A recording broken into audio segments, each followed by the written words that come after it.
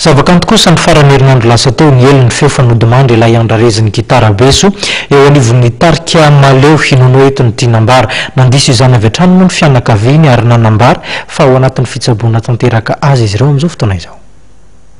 Velona somatsara nono ao amin'ny tarika maleo hoy Benaivo zanany sy dada rahalahany sady pray tarika aminy. Nivoaka tamin'ny fanginany tokoa ny fianakaviany nono manoloana ny tsao mandeha efa nodimandry ty mpanakanto ty izay mitsabo tena ao Paris amin'izao fotoana izao. Tonga alohanareo eto milaza fa ny raiko dia velona somatsara ary andalam-pitsaboana ny fianakaviana amin'izao fa oka mba ho atsahatra ny lainga rehetrarehetra sy ny atokisa moa zany fa ny sahirana izay mianakavy amin'ny satria mila hery koa izahay tsy hoe hiady ny edivana manolona fa hery ny ilainay hitsaboana ary tokony mba fitiavana no asetry ny olona sy ny rehetrarehetra ary felonana aloha aloha ilana hipirina fa velona somatsara amin'izay.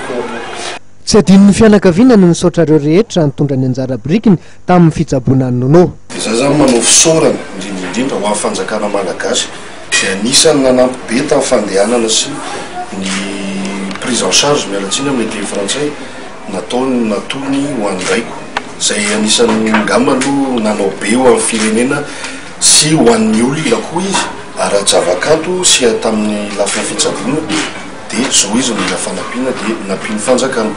Ny hetsika tany an-dafy izay nataon'ny Eric Rajoelina sy ny ACM izany hoe ny APFLO ACM France ireo koa isaorana manokana zay aloha zany hatreto ny hetsika tany Frantsa.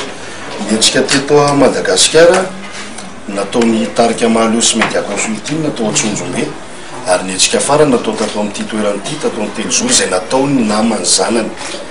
Efa misokatra amin'ny fanadihadiana amikasika ny fanaparitahana ty tsao izay azo raisina oozona ity ho hatrany Benaivo sy dada mieritreritra nitory an'izay hirangory fototry ny afy tokoa mantsy ny fianakaviana.